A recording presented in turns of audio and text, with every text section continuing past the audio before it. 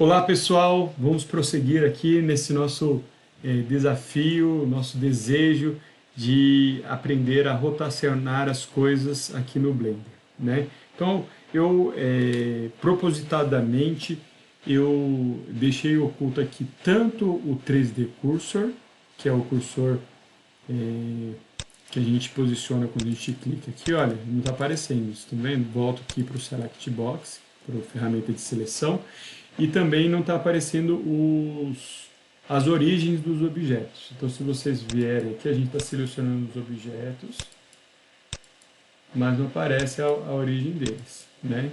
Eles ficam até um pouquinho amarelo aqui ao redor, tá vendo? Então, onde que eu seleciono talvez o seu nem está aparecendo amarelo quando você seleciona ele, né? Ao redor aqui. Porque você tem que habilitar os overlays, né? Aqui, ó, mostre os overlays, show overlays. E entre os overlays possíveis, nós temos o 3D Cursor. Olha lá, viu que ele apareceu? Aqui, ó, apareceu aqui. Voltando aqui, origens. Aqui a origem está aparecendo apenas do objeto que está selecionado, que é o ponteiro de minutos. Agora, se vocês clicarem em todas as origens, está vendo? Todas as origens estão aparecendo. Então, o que, que acontece? Dependendo do que eu estiver selecionado como pivô aqui, vamos supor, eu selecionei o 3D Cursor. Aí eu pego esse objeto e coloco para rotacionar. Eu aperto a tecla R do teclado, rotacionar. Aliás, para aparecer as teclas que eu estou pressionando, eu vou habilitar aqui esse add-on. Bom, agora vai aparecer aqui. Então, ó, se eu apertar a tecla R, tá vendo? Apareceu ali embaixo, ele rotaciona a partir de um ponto de apoio. Qual é o ponto de apoio? É o 3D Cursor. Se eu selecionar aqui, ó, origens individuais, eu apertar R, ele vai rotacionar a partir da origem, tá vendo? Se eu pegar, por exemplo, dois objetos e apertar R, origens individuais. Você percebe? E o ponto de rotação é esse pontinho que está aqui. Vou mudar aqui, olha, vou pegar o ponto médio. Olha que interessante. Eu aperto R, ele vai rotacionar a partir do ponto médio. Isso aqui é muito útil quando eu estou construindo o objeto. Tá certo? Note que isso aqui não é para animação, não é, olha. Eu selecionei aqui, olha, o ponto de pivô, mas se eu vier aqui no item e colocar para rotacionar, ele vai rotacionar apenas um dos elementos, que é o último elemento que eu selecionei. Este elemento é o elemento ativo. Então eu posso selecionar várias coisas, ó. Apertar Shift para selecionar várias coisas. Mas o último que eu selecionar é o ativo e é sobre ele que essa janela aqui age, tá certo? Legal? Maravilha. No entanto, se eu vier aqui eu consigo agir para posicionar na cena, por exemplo, origens individuais. Aí com a tecla R eu consigo fazer isso. Eles estão rodando a partir do ponto de pivô deles, tá certo? E o ponto de pivô é o ponto origem. Tudo bem? Eu vou montar aqui o nosso, como chama? O nosso relógio. Eu aperto a tecla G, coloco no lugar aqui e vou montando.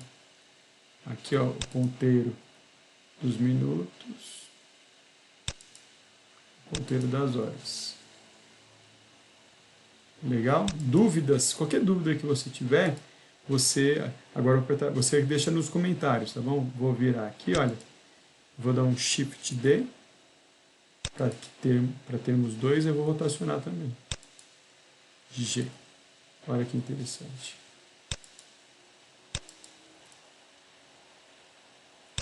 A gente poderia rotacionar mais, né? Aí aqui tem uma questão, né? A primeira questão que eu trago para vocês é o seguinte: se o ponto, quando eu rotaciono aqui eu consigo animar, né? Então, se o ponto de rotação é o ponto de origem, como eu faço para tirar? Porque aqui, por exemplo, no ponteiro dos minutos, o ponto de origem está aqui na frente, olha. E aí quando eu giro, olha como ele vai girar. Como eu faço para o ponto ficar na posição que eu desejo, né?